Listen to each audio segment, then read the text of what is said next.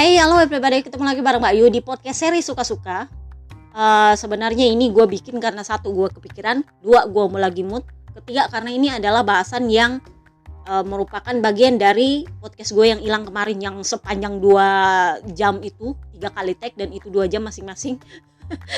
Setelah 2 jam masing-masing nggak taunya hilang, kan gue empet sendiri.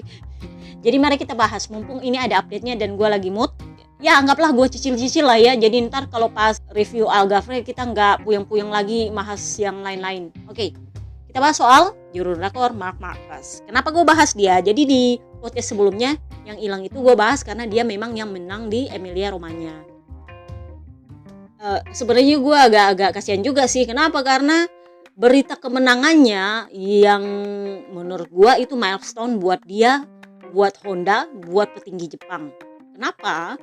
Karena ini adalah pertama kalinya dia menang di sirkuit dengan banyak tikungan kanan sejak Motegi 2019. Bayangin itu 3 tahunan loh ya. Motegi 2019 kan akhir musim juga, bener nggak? Jadi emang hampir 3 tahun lah ya. Kemudian ini untuk pertama kalinya Pol Espargaro, si rider tersengak itu, podium. Jadi itu juga suatu milestone buat Pol Espargaro, milestone buat HRC Repsol, dan itu juga milestone buat petinggi Jepang.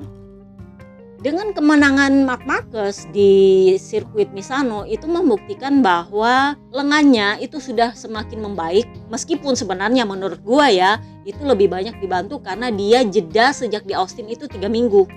Jadi nggak terlalu menekan lengannya dengan amat sangat. Jadi sejak dari Austin dia nggak terlalu banyak memaksa lengannya, jadi lengannya itu full istirahat dan pemulihan, sehingga waktu di Misano kedua itu dia lebih fit, bisa dibilang hampir 95-98 lah. Nah waktu itu dia bilang lengan saya sih sebenarnya memang sedang fit. Kenapa? Karena setelah 3 minggu sejak Austin lebih bisa istirahat. Yang menjadi tantangan saya adalah untuk seri Portimao dan Valencia, karena itu adalah 2 minggu berturut-turut. Nah sayangnya dia nggak hadir di sini. Jadi ya menurut dia challenge untuk lengan saya itu adalah 2 seri terakhir nanti. Nah akhirnya dia membahas soal kemenangannya. Dia ditanya soal gimana pendapat lu akhirnya lu menang di sirkuit dengan banyak tikungan kanan. Dia bilang kayak gini, dulu waktu kemenangan bukanlah hal yang jarang dan sulit, saya itu selalu berpikir, oh oke, kali ini saya menang, next. Jadi istilahnya menang itu adalah hal gampang buat Marquez. Sekarang pikiran saya adalah, ternyata saya bisa menang. Ini wajib dirayakan karena kita belum tentu race ke depan akan menang lagi. Jadi memang beda jauh mindset dia dari dulu sebelum cedera dengan sekarang setelah cedera. Yang menurut gua itu adalah mindset yang sebenarnya lumayan lama dia ubah. Kenapa? Dia bilang kayak gini, saya itu jatuh bukan karena saya menguji limit. Karena kan ABR suka bilang, dia nguji limit. Sebenarnya enggak. Dia bilangnya apa? Saya itu jatuh karena saya mencoba berkendara dengan cara yang saya mau, tapi ternyata fisik saya enggak bisa.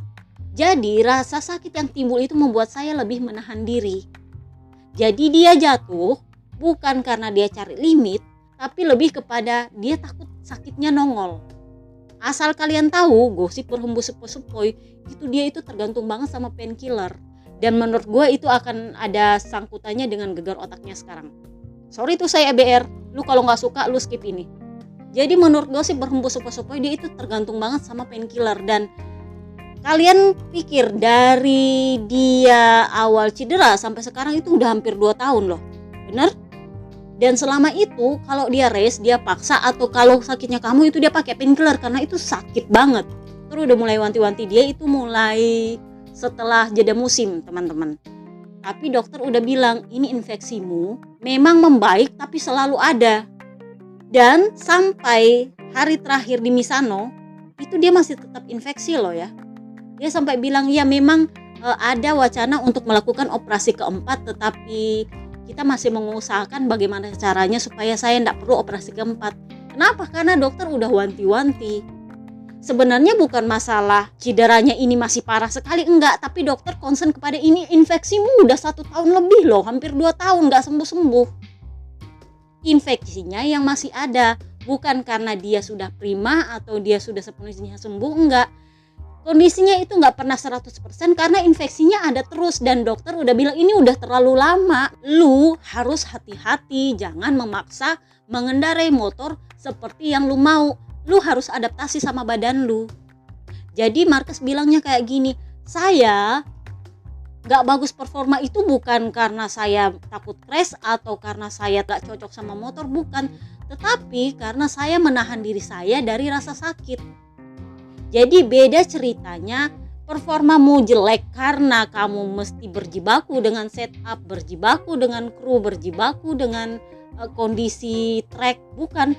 Tetapi saya itu lebih kepada saya cuman keluar 2 atau 3 kali run, setelah itu saya balik. Kenapa? Karena kalau dia lebih dari 3 kali run, itu bahunya udah gak bisa, sakit lagi. Dan dia udah memang gosip berhembus sepoi-sepoi ada di level adiktif. Kalau udah mulai dia membalap dan itu sakit, painkiller lagi, memang itu masih dalam batas toleransi, tapi dia jadinya tergantung sekali. Jadi asal sakit lagi suntik lagi, sakit lagi suntik lagi. Tapi memang itu masih dalam batas, tetapi ada di level adiktif. Itu akan berpengaruh pada otak, karena secara fisik lu merasa ini nggak sakit, tetapi fisiknya lu masih sakit.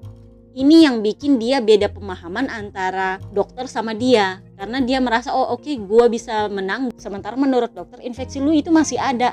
Lu nggak ngerasain karena lu pakai painkiller, ngerti nggak? Jadi otak lu menolak bahwa fisik lu lagi nggak fit untuk dibawa macem-macem, karena kan lu udah pakai painkiller. Sampai pada efek painkiller habis, nah lu mulailah crash, trauma pelan-pelan. Ya iya, emang harus seperti itu. Jadi dia sepertinya udah dapat pencerahan karena dokter sepertinya udah wanti-wanti. Pulang dari Austin kemarin dia diwanti-wanti katanya sama dokternya, lu perbaiki kondisi lengan lu atau kita operasi keempat. Itulah kenapa sejak pulang dari Austin dia istirahat full. Kenapa? Karena lengannya memang sudah diwanti-wanti sama dokter. Dan dia sepertinya mulai dapat pencerahan soal itu. Jadi dia bilangnya seperti ini. Dulu prinsip saya adalah all out, menang atau jatuh. Masih ingat waktu di Catalan kemarin dia bilang apa? Waktu ngejek Bebe Vale, waktu itu Bebe Vale ditanya apakah dia sudah memutuskan mau pensiun atau enggak.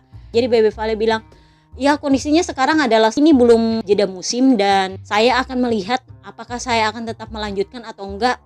Karena sebenarnya enggak masalah soal saya finish di belakang, tetapi lebih kepada apakah saya bersenang-senang selama saya bertarung di belakang. Apakah battle-nya bagus, apakah feeling saya dengan motor enak.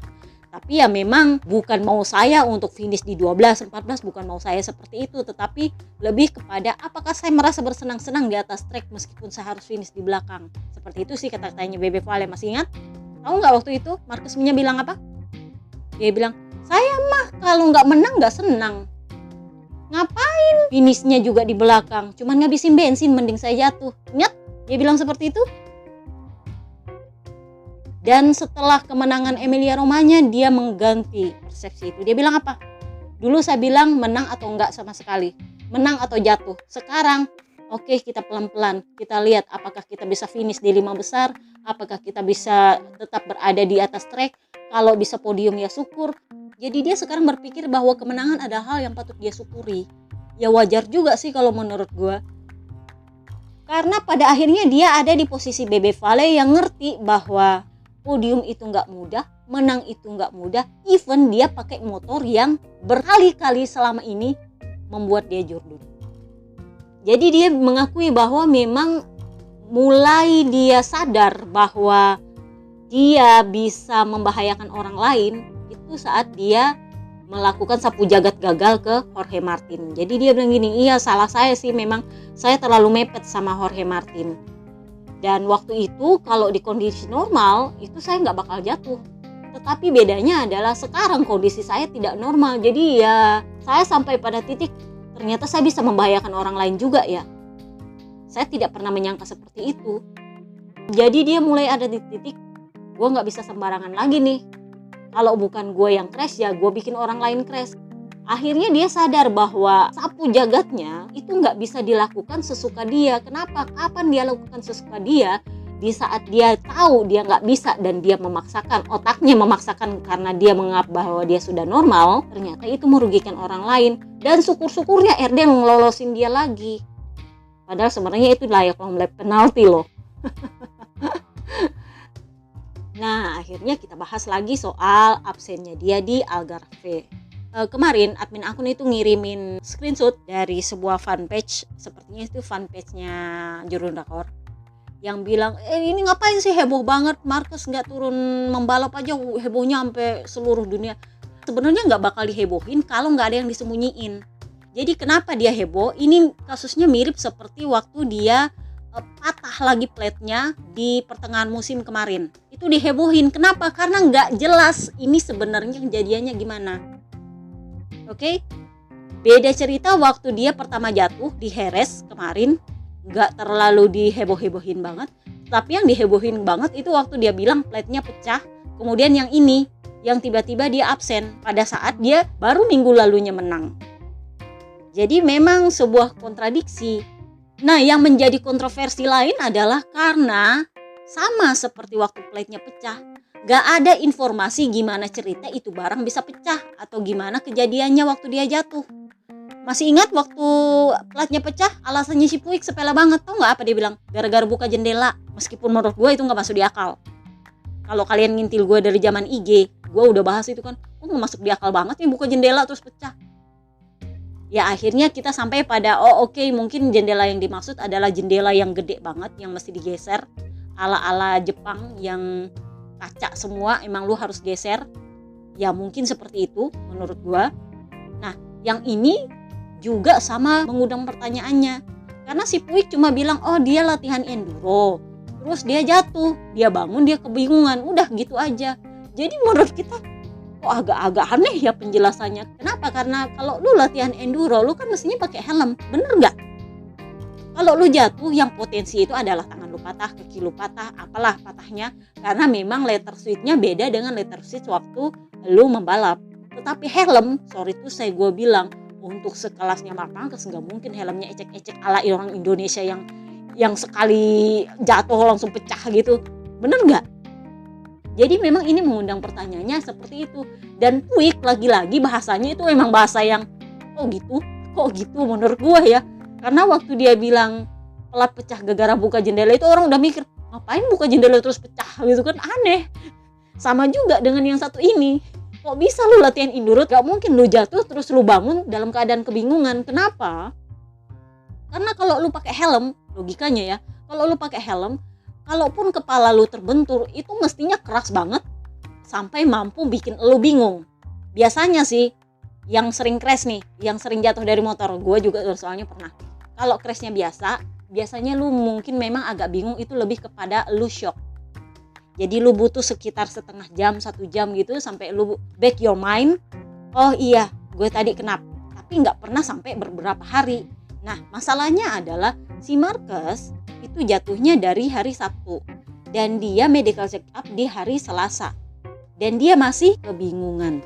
Kalau memang ada ketentuan bahwa setelah lu kecelakaan di kepala dalam kondisi gegar otak lu nggak boleh naik pesawat, atau karena prosedurnya tunggu 7 hari atau sampai 10 hari baru bisa turun trek lagi, ya mungkin. Tetapi yang menjadi concern gue adalah waktu Alex Marquez adiknya bilang dia medical check up masih kebingungan.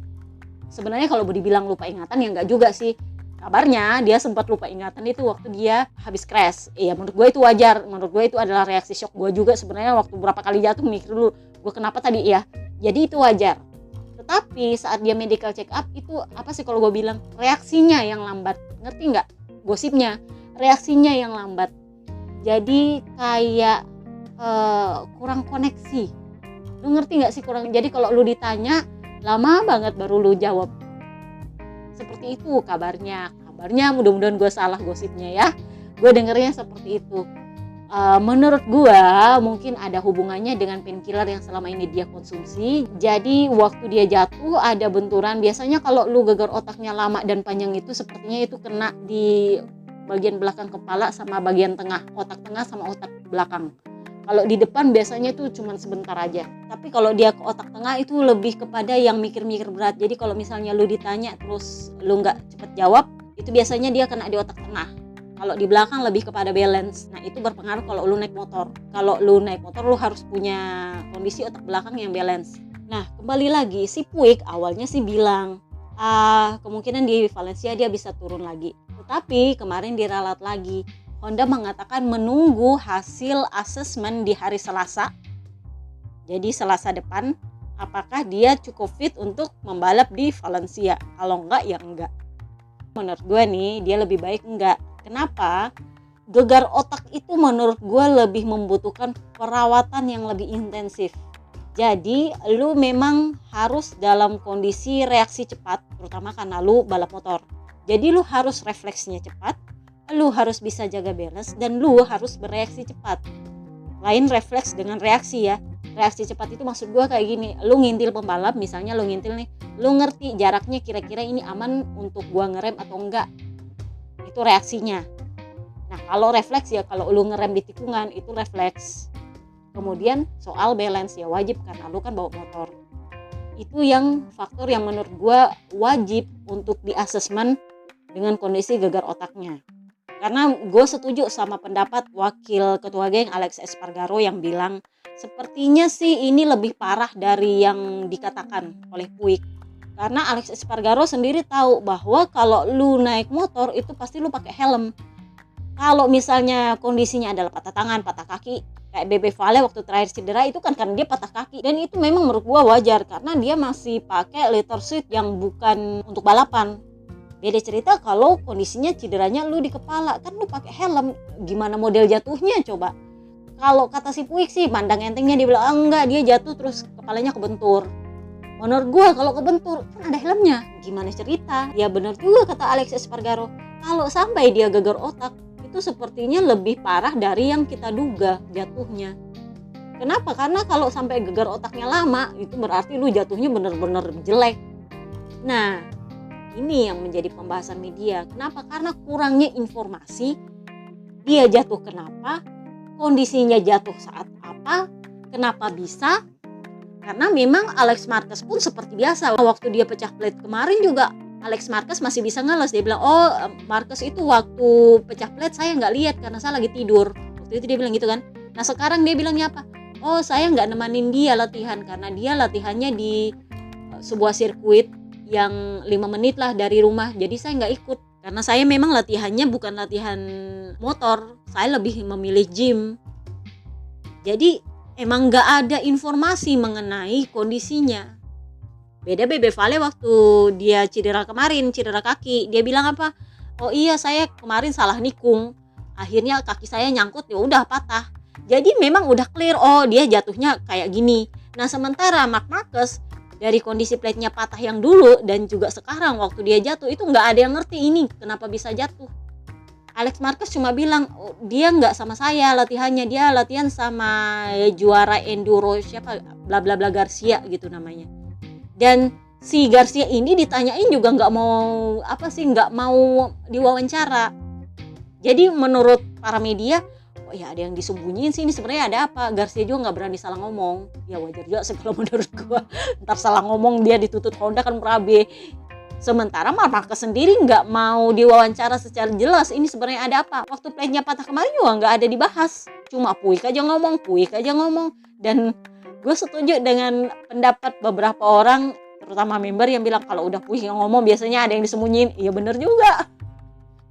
Jadi ada buzzer-buzzer yang turun, gue rasa sih diturunin sama DPRD juga, yang mengkritik beberapa media, terutama media Italia, yang mempertanyakan pernyataannya Puig. Maksudnya mereka kok cuman segitu, kayak emang gak pakai helm, emang jatuhnya gimana? Karena nggak jelas apakah dia tabrakan sama si Garcia itu, apakah dia konflik atau gimana. Karena logikanya adalah kalau emang jatuhnya jatuh biasa, mestinya ada helm di situ. Kecuali kalau dia jatuh plek gitu nggak pakai helm, ya wajar. Tapi kan semestinya dia pakai helm waktu itu, gitu. Tapi memang ada di beberapa titik gue merasa Marquez ini nggak bisa terus terang soal kondisinya. Gue penasaran dengan apakah ada wartawan yang berani nanya, satu, bener nggak dia ditendang sama Bebe Vale waktu di Sepang? Dengan jujur ya, mau nggak dia cerita sebenarnya apa yang terjadi dengan jujur, kenapa dia jatuh waktu di Sepang? Apakah benar dia ditendang atau gimana? apakah benar kakinya Bebe Vale masuk di remnya apa gimana. Dia nggak pernah bilang itu. Dia cuma bilangnya apa? Lihat aja di kamera kakinya ngapain. Itu aja. Tapi dia nggak pernah bilang menurut dia, menurut pandangannya dia apa yang sebenarnya terjadi sampai dia jatuh. Dia nggak bilang. Yang kedua adalah soal waktu plate-nya pecah. Ada nggak dia bilang apa yang terjadi waktu itu sampai plate-nya pecah? Karena waktu itu cuman si Puig yang bilang dia geser jendela terus plate-nya pecah. Kemudian si Alex Marquez bilang, oh dia keluar bawa anjingnya jalan-jalan. Terus dia balik, udah. Seperti itu ceritanya. Sama yang sekarang. Mau nggak dia bilang kenapa sampai dia jatuh? Ada apa dan kenapa sebenarnya? Itu 3 pertanyaan yang menurut gue lumayan krusial, yang menurut gue ini yang sedikit berbeda antara Bebe Vale, Stoner, dan Marc Marquez dan Lorenzo, pokoknya jurdun-jurdun lain. Kenapa? Karena kalau Bebe Vale ditanya apa, dia jawab. Meskipun itu senang atau nggak senang, ataupun itu ujung-ujungnya diejek sama IBR, ya dia udah bilang, oh itu kaki saya keselip. Karena waktu di Sepang dia bilang, itu nggak nendang kok, kaki saya itu selip waktu mau nikung, mindahin berat badan. Waktu itu dia bilangnya seperti itu. Tapi adakah Marquez bilang sebenarnya ada apa dengan kakinya Bebe Vale dan kenapa dia jatuh? Intinya adalah apa yang terjadi terus dia jatuh. Dia nggak pernah bilang. Dia juga nggak pernah bilang apa yang terjadi waktu plate-nya patah. Dia juga nggak bilang yang sekarang, karena nggak ada yang bisa wawancara dia sejak Honda menyatakan bahwa dia mundur dari Algarve. Tweetnya dia pun itu sebenarnya copy paste-nya dari Honda juga sih, nggak ada penjelasan kenapa dia jatuh, ada apa, nggak ada. Dia cuma bilang saya latihan enduro terus jatuh, itu aja. Jadi menurut gue ini lumayan menarik. Gue pengen tahu kira-kira ada nggak media yang mau bertanya dan apakah dia mau menjawab dengan jujur setelah dia mendapat pencerahan. Oke, itu aja sih gue mau bahas. Mudah-mudahan di Valencia nanti dia turun. Pada akhirnya gue berharap baik juga, mudah-mudahan di Valencia nanti dia turun. Meskipun feeling gue dia nggak bakal turun. Kenapa? Karena dia akan lebih fokus untuk tes Jerez beberapa hari setelah Valencia. Itu kan tes Jerez untuk menguji motor 2022. Jadi menurut gue lebih baik dia mempersiapkan tubuhnya, otaknya untuk menguji motor 2022. Lebih baik seperti itu daripada dia membalap di Valencia dalam kondisi yang menurut gue sih takutnya kalau dia crash lagi terus kebentur lagi kepalanya kan terjadi masalah gitu loh. Mending dia off dulu, mengistirahatkan sekalian lengannya biar bisa full 100% ya paling enggak 98% buat dia nguji di Jerez Test. Seperti itu sih. Udah itu aja kelamaan. See you next time guys. Bye bye.